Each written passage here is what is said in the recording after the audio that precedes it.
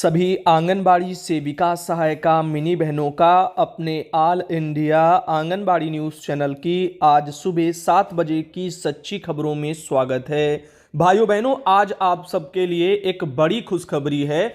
आज आपको अवगत कराना चाहेंगे कि विधानसभा में आंगनबाड़ी बहनों आप सबकी आवाज उठाई गई है। अब ऐसे में आपको बता दें, सदस्य बिहार विधानसभा से प्रेम कुमार जी हैं। उन्होंने 7 अगस्त को भी एक लेटर जारी किया इस संबंध में, और इसके अलावा 8 तारीख को कल भी एक लेटर जारी किया। 7 तारीख को आपकी समस्याएं, आपकी मांगों को उठा करके उन्होंने लेटर जारी किया, और 8 तारीख को उन्होंने लेटर में इस बातों का जिक्र किया कि जो 7 तारीख को बहनों के साथ वहां पर लाठीचार्ज किया गया, जो बहनें घायल हुई हैं, उन मामलों को लेकर के भी कार्रवाई करने के लिए यहां पर लेटर जारी किया। तो आइए आज इस वीडियो को सभी बहनें पूरा देखते हैं। इसके अलावा भी और भी खबरें लगी हैं, तो वीडियो को सभी बहनें पूरा देख करके जाएं। प्लीज एक लाइक कर देना, और चैनल से अगर ना जुड़े हो तो आज हर हाल में सब्सक्राइब जरूर कर लेना। बढ़ते हैं वीडियो की तरफ। आप देख सकते हैं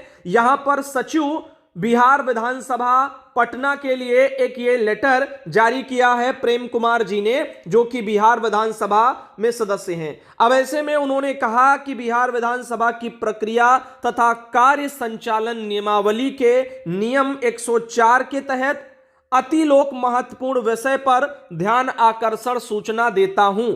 ध्यान आकर्षण सूचना में उन्होंने क्या लिखा कि राज्य में आंगनबाड़ी सेविका सहायिका द्वारा मानदेय बढ़ाने के साथ साथ ग्रेजुटी और कार्य के दौरान मृत्यु के उपरांत आश्रितों को अनुकंपा लाभ देने के लिए कार्य 4 घंटे से बढ़ाकर 8 घंटे करने के लिए बड़े पैमाने पर धरना प्रदर्शन किया जा रहा है, परंतु सरकार द्वारा इनके मांगों के संबंध में अभी तक कोई कार्रवाई नहीं की गई। जबकि टोला सेवक, विकास मित्र, आशा कार्यकर्ता एवं आंगनबाड़ी सुपरवाइजर का मानदेय बढ़ाया गया, परंतु आंगनबाड़ी सेविका सहायिका को इसका लाभ नहीं दिया गया। तत्कालीन समाज कल्याण विभाग के प्रधान सचिव, जिनके द्वारा इनसे वार्ता की गई, परंतु उसका कोई समाधान निकलकर नहीं आया। सेविका सहायिका जो है सरकार द्वारा गरीबों के लिए चलाई जा रही लाभकारी योजनाओं को जन जन तक पहुंचाने में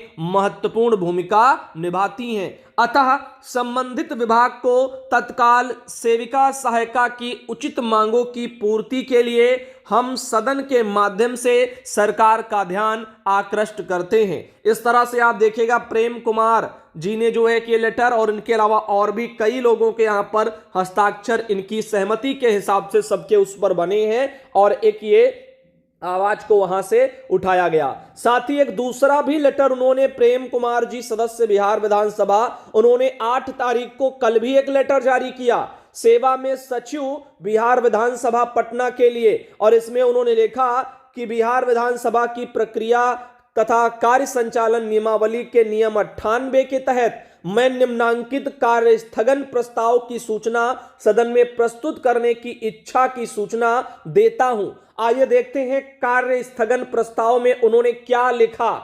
उन्होंने लिखा कि राज्य में आंगनबाड़ी सेविका एवं सहायिका का जो मानदेय है वो काफी कम है। ग्रेजुटी और कार्य के दौरान मृत्यु के उपरांत आश्रित परिवार को अनुकंपा का लाभ सहित अन्य लाभ नहीं मिल रहा। 5 सूत्री मांगों को लेकर के 40 दिनों से अनिश्चितकालीन हड़ताल पर कार्यकर्ताएं हैं। 7/11/2023 को, यानी अभी परसों 7 तारीख को पटना में शांतिपूर्ण आंदोलन पर जो है पुलिस के द्वारा बेवजह लाठीचार्ज किया गया, जिसमें अनेक आंगनबाड़ी सेविका सहायिकाएं घायल हुई। उन्होंने इस बात का भी जिक्र किया कि परसों 7 तारीख को बहनें पटना में शांतिपूर्ण ढंग से आंदोलन कर रही थीं, जिस पर प्रशासन ने, यानी पुलिस प्रशासन ने लाठीचार्ज किया, वो भी बिना वजह लाठीचार्ज किया। वाटर कैनन का भी इस्तेमाल किया गया, आप सबने देखा। और तो और पुलिस के साथ खड़े बिना वर्दी के व्यक्ति ने किस तरीके से धक्का मार करके कार्यकर्ता को जमीन पर गिरा दिया, इन सब चीजों को आपने देखा। अतः आंगनबाड़ी सेविका सहायिका का मानदेय, ग्रेजुटी और कार्य के दौरान मृत्यु के उपरांत आश्रित परिवार को अनुकंपा का लाभ देने एवं लाठीचार्ज घटना की जांच कराने के लिए कार्य स्थगन की सूचना देता हूं। आप देख रहे हैं यहां पर बोला है उन्होंने कि जिन भी जो है पुलिस कर्मियों ने लाठीचार्ज किया है घटना को लेकर के इसमें जांच कराई जाए और कार्रवाई की जाए, इसके संबंधित एक ये पूरा मैटर उन्होंने भेजा। इस बारे में अगर किसी भी भाई बहनों को कुछ कहना हो कमेंट में कह सकते हैं। ये बहनों की दृष्टि से उनके साथ हुई इस घटना को लेकर विधानसभा में आवाज उठाई गई है और लिखित में भी रूप उसका आया, जो कि मैंने लिखित लेटर आप सबको दिखाया ताकि आप इन चीजों का जिक्र करें कि क्या आगे के लिए कार्रवाई के लिए सचिव को वहां पर विधानसभा में भेजा गया। बाकी मौखिक मुद्दे तो विधानसभाओं में आए दिन उठते रहते हैं, उनमें से चीजें आप जानते हैं पूरी नहीं हो पाती, लेकिन यहां पर उन्होंने अपने लेटर पैड से चीजों को आगे बढ़ाया। रीता जी हैं प्रयागराज से, उन्होंने अपने वहां से जानकारी स्वरूप अवगत कराया कि हमारे खाते में केवल 1500 रुपया अंडर प्रोसेसिंग में दिखाई दे रहा है। राजेश्वरी बहन है अलीगढ़ से, उन्होंने कहा हमारे यहां पर जो है 1500 रुपया लगा है 8 तारीख को। तो इस तरह से कल ये जो पैसे लगे हैं उत्तर प्रदेश में कहीं कहीं अतिरिक्त मानदेय राज्य सरकार का, साथ में पीएलआई भी लग गया, किसी किसी का केवल अतिरिक्त मानदेय लगा है, पीएलआई नहीं लगा। और अभी केंद्र सरकार के सब जगह पैसे लगने बाकी हैं। विभाग से अनुरोध है कि जितनी जल्दी संभव हो जो लगे हैं उनको क्लियर करो और जो नहीं लगे हैं उनको भी जल्द से जल्द लगाओ। आज 9 नवंबर हो चुका, कल रहेगा धनतेरस, फिर छुट्टियों की भरमार है। अब ऐसे में ये पैसा अगर आज क्लियर नहीं हुआ, बहनें नहीं निकाल पाई, तो फिर उनकी दिवाली फीकी जाएगी। अब आप सब समझदार हैं, समझ सकते हैं हर एक बहन के इन अकाउंटों में एटीएम कार्ड नहीं बने हैं जो बहनें वहां पर बाद में भी निकाल पाएं। और वैसे भी दिवाली के टाइम अगर बैंक बंद रहेंगी तो फिर एटीएम से फिर पैसे निकालना बहनों के लिए दिक्कत बन जाएगा, क्योंकि एटीएम में भी पैसे नहीं रहते हैं ऐसी सिचुएशन में जब लंबे टाइम तक बैंक बंद रहे। आप सब भाई बहनों को अभी अगर कुछ कहना हो इस मामले में तो कह सकते हैं। ऑल इंडिया सरकार से काफी दिनों से मानदेय को लेकर के मांग कर रहा है विभाग से कि वो जल्द से जल्द इस समस्या का समाधान करें और खाते में पैसे भेजें ताकि बहनों को दिवाली से पहले उनके समस्त पैसे मिल जाएं। कार्यालय उप जिलाधिकारी नानपारा बहराइच से 6 नवंबर को एक लेटर आया था। दरअसल आंगनबाड़ी बहनों की बैठक होनी थी और किस मामले में थी उसको देख लो। यहां पर लिखा जो है संदर्भ ग्रहण करें 2 नवंबर वाला, जिसके द्वारा अंत्योदय एवं पात्र गृहस्थी राशन कार्ड के सत्यापन के लिए लेखपाल और ग्राम पंचायत अधिकारी और ग्राम विकास अधिकारी और आंगनबाड़ी कार्यकर्ता इनकी संयुक्त टीम का गठन किया गया है। और गठित जो टीम है उनमें जो कार्मिक है उनको लेकर के यहां पर प्रशिक्षण उनका होना है। 7 तारीख को होना था जो कि हो भी गया। विकास खंड बलहा, शिवपुरा, नवाबगंज इन सब में था जो कि 7 तारीख निकल गई और ये हो चुका। पूनम पुनीता बहन है देवरिया से आती हैं, उन्होंने अपनी समस्या भेजी है। पुनीता भारती, उन्होंने कहा है और ये उत्तर प्रदेश से है, उन्होंने कहा सुधांशु जी मैं पुनीता भारती जिला देवरिया ब्लॉक जो है भटनी आंगनबाड़ी कार्यकर्ता हूं। मेरे पति बिहार से 9-10 में जो है यहाँ पर शायद सुपर टेट उन्होंने लिखा या जो भी लिखा हो STAT उन्होंने लिखा है, पास किया है और अब BPSC का जो है यहाँ पर फॉर्म पड़ रहा है। बिहार सरकार जो है STAT में उम्र 45 किया था और BPSC में जो है यहाँ पर 42 कर दिया, इस तरह से उन्होंने लिखा। खैर जो भी हो, देखो मैं यही कहना चाहूँगा ये मामले जो है आंगनबाड़ी बहनों के हिसाब से या हमारे हिसाब से आपके हिसाब से तो होंगे नहीं। ये मामले जो हैं वो जो भी भर्ती प्रक्रिया आती है उसके पहले दिए गए जो भी नियम है उनके हिसाब से होता है। रही बात यहाँ पर 1 साल 2 साल 3 साल जो भी कम किए गए या जैसा भी हो वो घटाना बढ़ाना आयोग पर निर्भर है और आयोग के द्वारा जो मार्गदर्शिका जारी होती है उसमें देखो कि किसको कौन सी श्रेणी वालों को क्या आरक्षण भी मिलता है, तो अपना आरक्षण का भी लाभ आप ले सकती हैं अगर आप चाहें। बाकी आप देखिएगा जैसा कि आपने बताया कि 42 कर दिया गया इस तरह से, तो कुल मिलाकर के 42 से ऊपर आप इनके हस्बैंड जी हो चुके हैं, जिसको लेकर के अब शायद फॉर्म ये नहीं डाल सकती जो कि इनकी एक समस्या नजर आती। तो अपना आरक्षण वाला और देख लो, कौन सी श्रेणी में हो और कितना कितना भी मिल सकता। आलोक जी हैं बिहार से और उन्होंने अपने वहां से एक ये आर्टिकल भेजा है पटना में जो हुआ उस दिन, उसको लेकर के आप देखिएगा। तमाम इलेक्ट्रॉनिक प्रिंट मीडिया अखबार सब जगह ये जो है चर्चाओं का विषय बना रहा।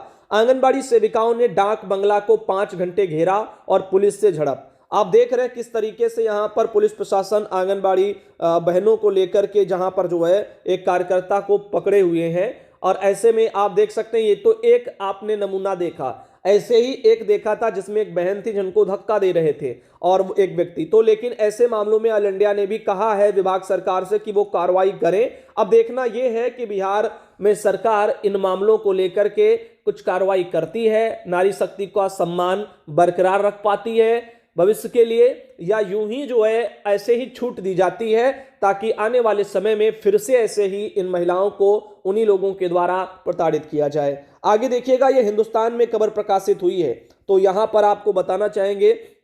आगे ले चलते हैं, कुछ और बता दें। पुनीता जी हैं, उनके वहां का ये उनके जो हस्बैंड है रिजल्ट वाला उनका ये सीट सब दिखाई दे रहा है। खैर इस मामले में आप अपने हिसाब से अपने स्तर से देख सकते हैं। कार्यालय जिलाधिकारी कुशीनगर, उन्होंने 6/11/23 को एक अपने यहां से लेटर जारी किया। जिला पंचायत राज अधिकारी, बेसिक शिक्षा अधिकारी, जिला पूर्ति अधिकारी और जिला कार्यक्रम अधिकारी। और दरअसल ये मामला जुड़ा हुआ है हार्ट कुक्ड योजना से रिलेटेड है। तो आइए आपको इसमें कुछ बताते हैं क्या मामले हैं, कैसे हैं, कुछ तो पता चलेगा। और हाँ, वीडियो छोड़ करके आप जाएं उससे पहले मैं आपको बता दूं, हार्ट कुक्ड योजना से रिलेटेड एक संदर्शिका टाइप की आई है, पूरा बहुत अच्छे तरीके से उसमें सब ग्राफ चित्र सब बनाए गए हैं, सब समझाया गया है किसकी क्या जिम्मेदारी है। अगर आपको वो हम दिखाएंगे वीडियो लेकर के एक आएंगे चैनल पर, वो आप देखेंगे तो वाकई में बहुत अच्छा लगेगा।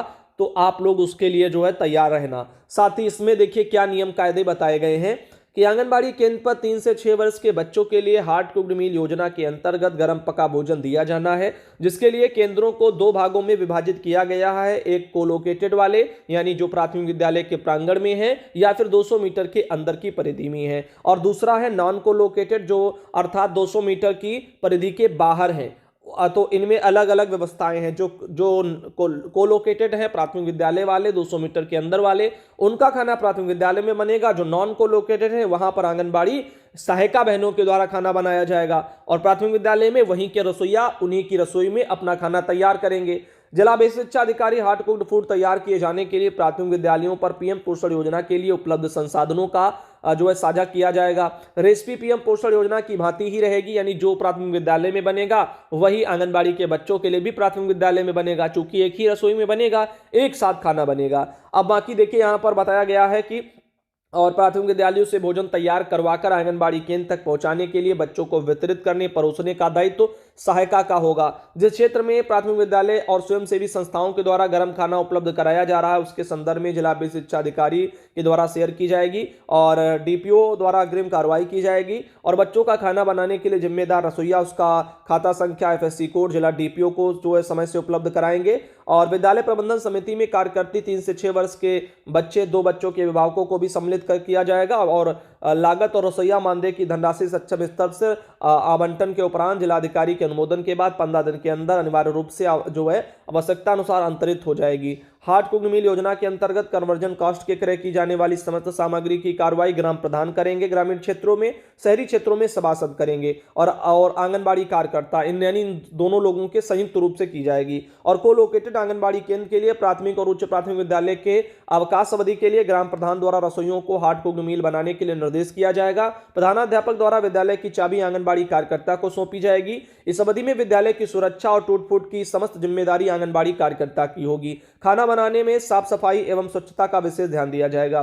तो यहां पर यह भी बता दिया गया है इसमें साफ कि प्रधानाध्यापक द्वारा विद्यालय की चाबी आंगनबाड़ी कार्यकर्ता को सौंप दी जाएगी। और यह भी लिख दिया गया इस अवधि में विद्यालय की सुरक्षा और टूट फूट की समस्त जिम्मेदारी आंगनबाड़ी की होगी। बताओ, यानी जो टेंशन वाला पूरा काम चाबी आंगनबाड़ी को सौंप दो, कोई टूट फूट हो जाए तो वो जिम्मेदार इसके लिए। बताओ, ये मानसिक शोषण पीड़ा के दायरे में ही तो आएगा। आप स्वयं से सोचिए जरा, ये टूट फूट की जिम्मेदारी आंगनबाड़ी की भाई क्यों देंगे?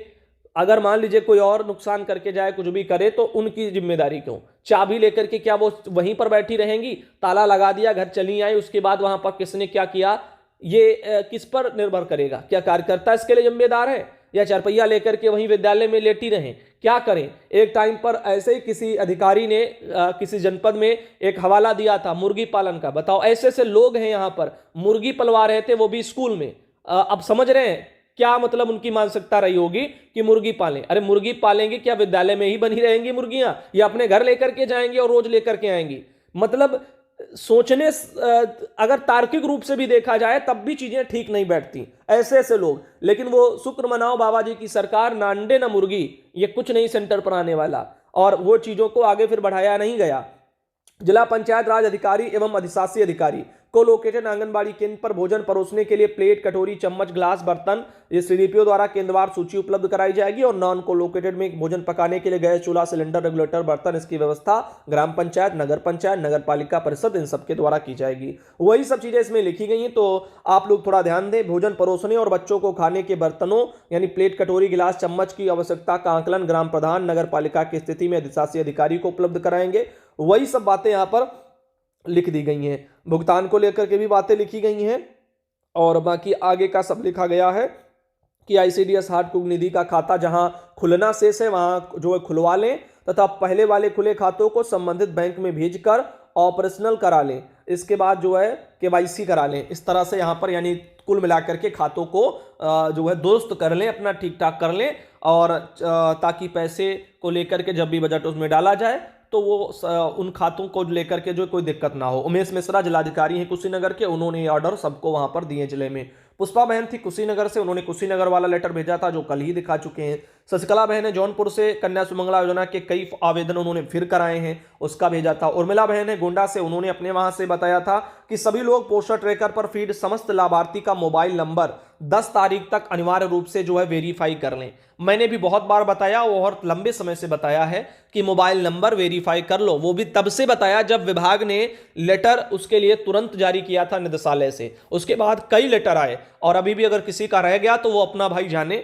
कल को कोई कार्रवाई हो इन मामलों को लेकर के तो फिर हाथ पर हाथ रखे जो आप बैठे रहेंगे, होने वाला कुछ नहीं। इसीलिए जो चीजें समय से पहले मैं बता देता हूं वो इसीलिए बताता हूं ताकि आपको आगे इन मामलों में कोई दिक्कत ना आए, और धीरे धीरे करके आप उन मामलों को अपना पहले ही निपटा लें।